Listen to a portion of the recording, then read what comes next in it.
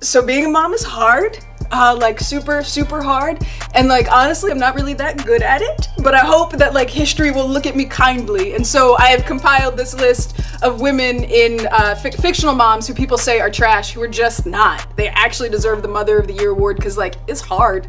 It's super hard. So people want to say that Lorri Grimes is a bad mom.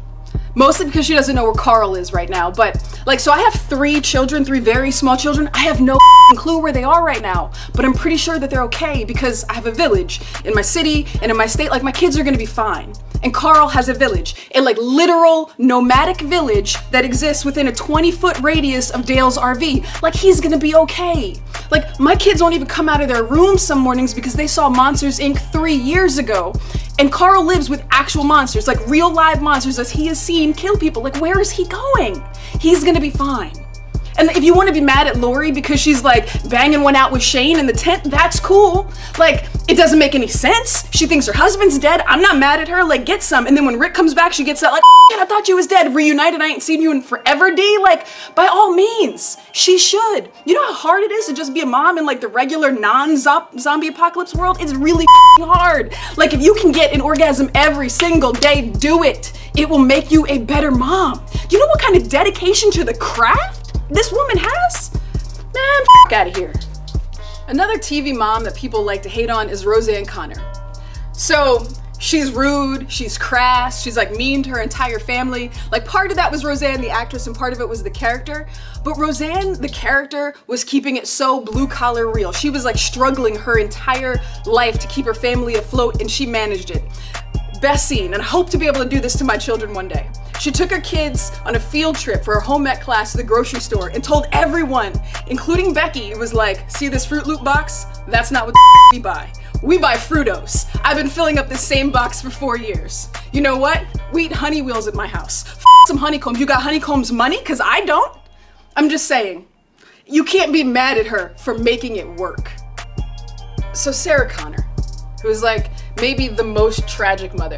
She's misdiagnosed with a mental illness, and like for those people who are like out in this world dealing with mental health issues, a misdiagnosis is like real. So I think her official diagnosis is paranoid schizophrenic, but her real diagnosis is Cassandra syndrome, because she's out in these streets like, Skynet is becoming, do you see? And no one sees, and everyone just ignores her. And so she's put in a cell because Dyfus is like, yeah, I don't actually see about Skynet, but I see that I'm gonna have to take your kid and the hope for humanity away from you. So she's in a cell, like doing pull-ups just every day, stabbing doctors with pins, like just trying to go about her life, because she's like, when I get my kid back, and I will get my kid back, I'm gonna be ready. So, funny story, when her kid comes back, he kind of shows up with like, you know, the guy who tried to kill her when she was not, before she was pregnant with him, and she's like, that's up, and her kid's like, nah, he's cool, and she's like, okay, we can make this work.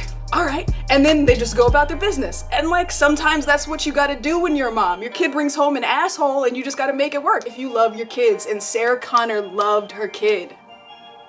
So let's preface this with, not all good moms are good people. So, Cersei Lannister. I guess also we should talk about the elephant in the room. She's kind of like 0 for 3 in the keeping her children alive department. But while they were alive, she loved them so hard.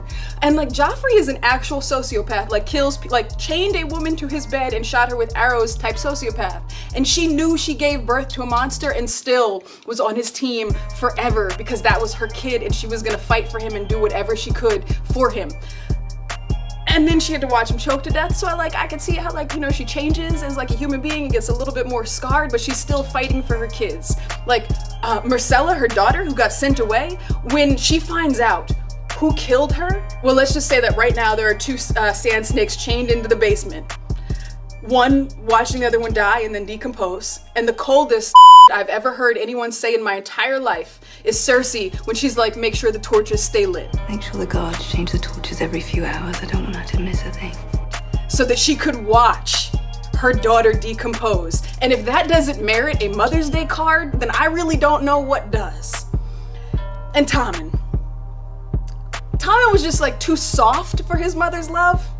So Cersei's like, your girl's trash, her family's trash, their god is trash, and I got wildfire for that ass. And I don't care if it means I gotta blow up half the city. You are not gonna be with that girl and her family and her god. And Tommen was like, oh, but I love her. Oh, and then just like jumped out of a window. And so what does Cersei do?